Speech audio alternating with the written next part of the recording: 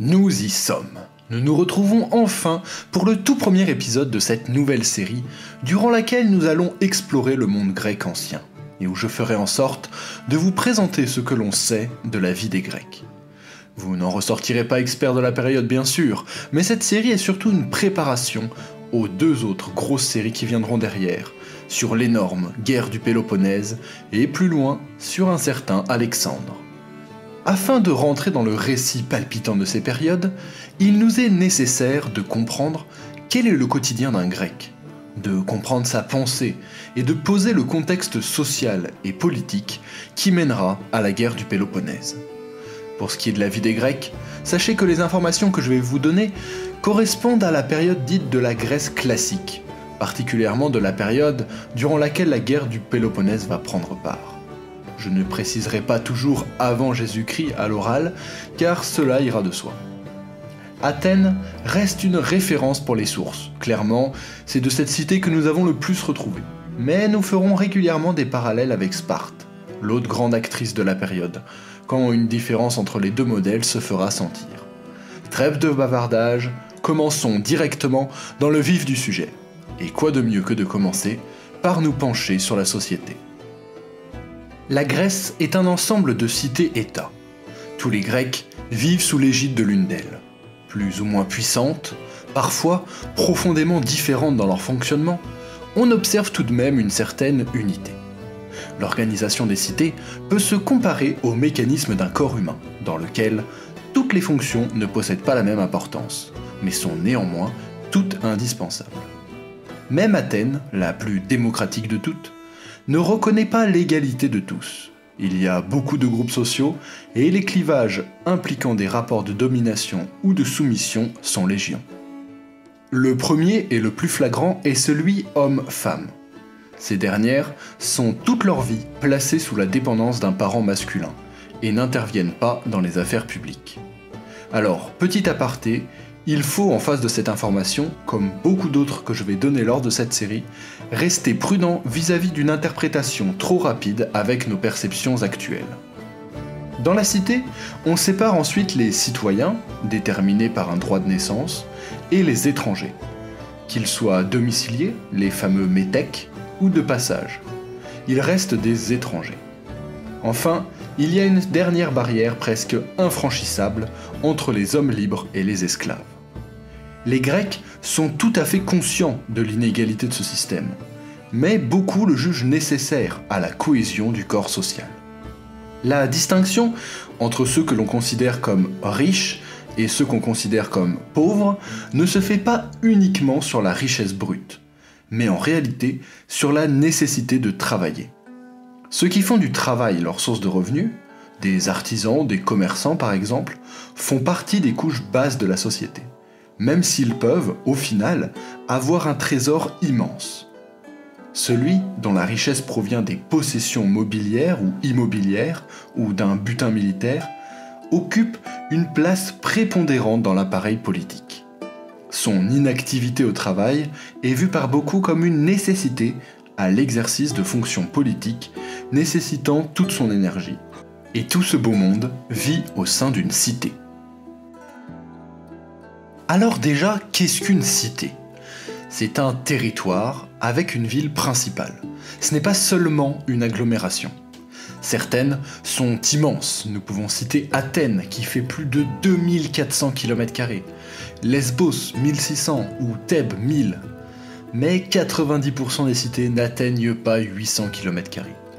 Chacune a sa constitution, sa législation et ses cultes particuliers.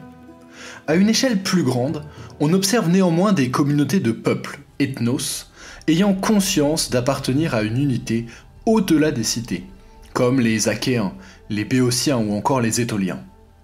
On observe également des regroupements de cités, soit autour d'un culte commun, soit pour des raisons stratégiques.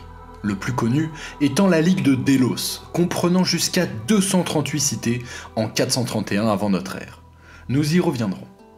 Ces ligues ont des caisses communes, des magistrats particuliers et se rassemblent régulièrement en assemblées constituées par des représentants de chaque cité. Commençons maintenant à parler un petit peu politique. en surface bien sûr, car nous rentrerons dans le détail pour Athènes et Sparte à la fin de cette série.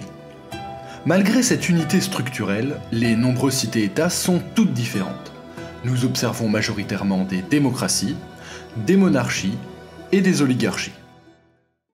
Si on revient un petit peu en arrière, au VIe siècle avant Jésus-Christ, la plupart des cités sont dirigées par un tyran. Ce n'est pas un roi. Le tyrannos est arrivé au pouvoir par lui-même, à l'aide de la force ou de la ruse, et non après un quelconque choix ou une élection. Il faut faire d'ailleurs attention à la compréhension moderne de ce mot, car le règne d'un tyran n'est pas toujours négatif ou tyrannique justement.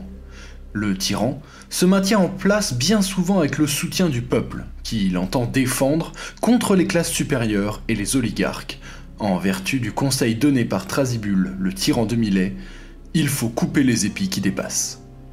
Ces dirigeants favorisent le partage des terres bien souvent, et l'instauration de fêtes magnifiques ouvertes à tous.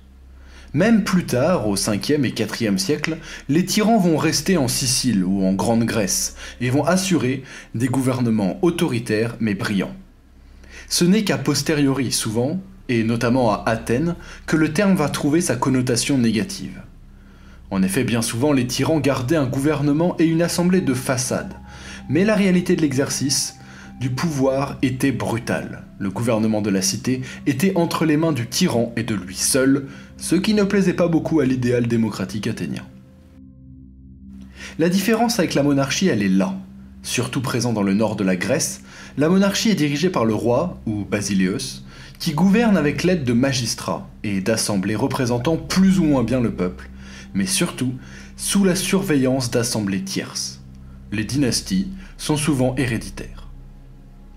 Dans la plupart des cités, on observe un gouvernement de type oligarchique, le pouvoir de quelques-uns, dont la source de ce pouvoir peut être l'argent, la tradition ou bien la force militaire. Et nous observons également les démocraties, même si vous verrez plus tard que nous parlons aussi ici de quelques-uns, juste peut-être un petit peu plus qu'en oligarchie. Sparte est l'exemple parfait de l'oligarchie, et Athènes de la démocratie à la grecque. Quoi qu'il en soit, quel que soit le régime de la cité, le groupe de citoyens est très réduit par rapport à l'ensemble de la population. À Athènes, le statut de citoyen et son obtention sont très stricts, avec initialement la filiation seulement du père, puis des deux parents à partir du 5e siècle.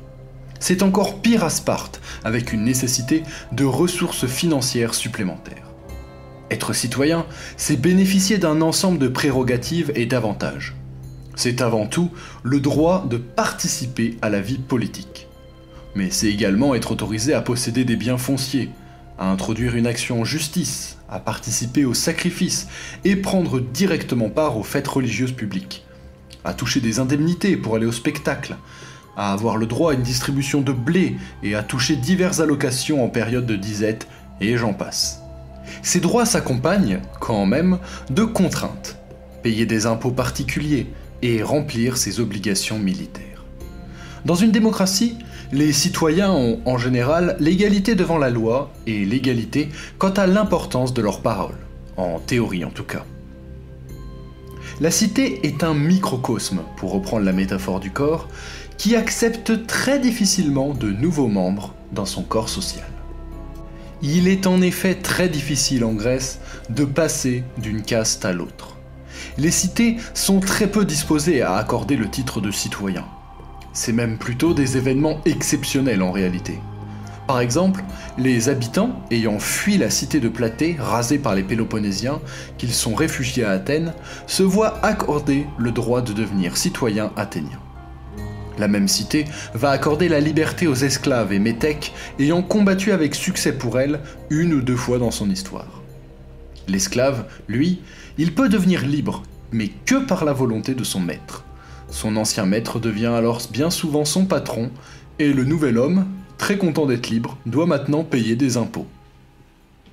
Une autre part importante des habitants entre dans la catégorie des métèques. Qu'ils soient étrangers domiciliés dans la cité, les métoikoi, ceux qui habitent avec, ou de passage, les paroikoi, ceux qui habitent auprès.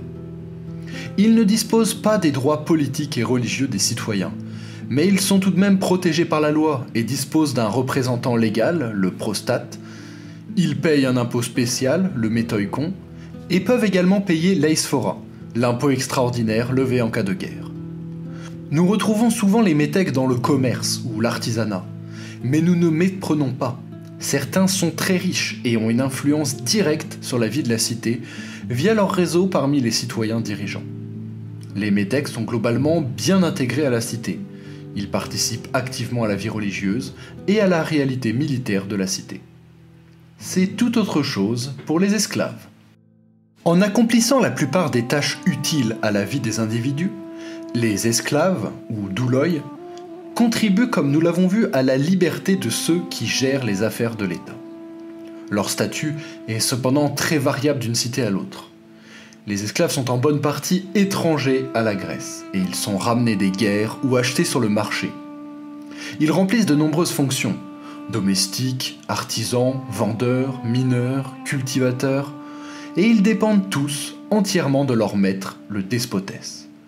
Ils n'ont aucune personnalité juridique et n'ont pas accès à la propriété. À Sparte, et en Thessalie ou en Crète, c'est un petit peu particulier. Ceux qu'on appelle ilotes sont entre l'esclavage et la liberté. Ils sont grecs, mais appartiennent à l'État qui le met au service des particuliers. Ils gardent quelques droits. Vous verrez que leur sort, au final, n'est pas spécialement enviable pour autant. Bon, c'en est fini de ce rapide tour d'horizon du monde social grec. Ne vous inquiétez pas, cette courte vidéo n'est que la première d'une longue série et beaucoup de notions politiques, militaires et sociales seront traitées bientôt. Cette vidéo n'avait pour but que de vous introduire le monde grec. Pour conclure, je trouve intéressant de visualiser un graphique.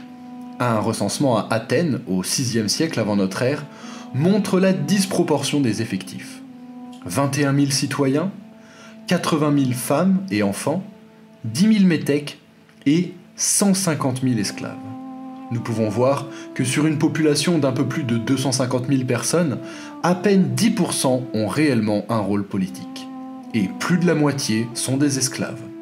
La population sera plus proche des 350 000 sur le siècle suivant qui nous intéresse pour la guerre du Péloponnèse, mais les proportions restent sensiblement les mêmes. À Sparte, la disproportion est encore plus flagrante. Au début du 5e siècle, les citoyens sont environ 32 000 pour 50 000 périèques, nous reviendrons sur ce statut, proche du métèque pour l'instant, simplifions, et 170 000 ilotes. Vous voyez que les pourcentages parlent d'eux-mêmes. La société grecque et le modèle de la cité reposent sur une élite minoritaire. Très bientôt, les prochains épisodes vont continuer et s'enchaîner assez rapidement. Nous allons commencer en explorant le quotidien et la vie quotidienne des Grecs. Et restez aux aguets, une autre vidéo, plutôt centrée 20e siècle, arrive également. Sur ce, à bientôt, et que l'histoire soit avec vous.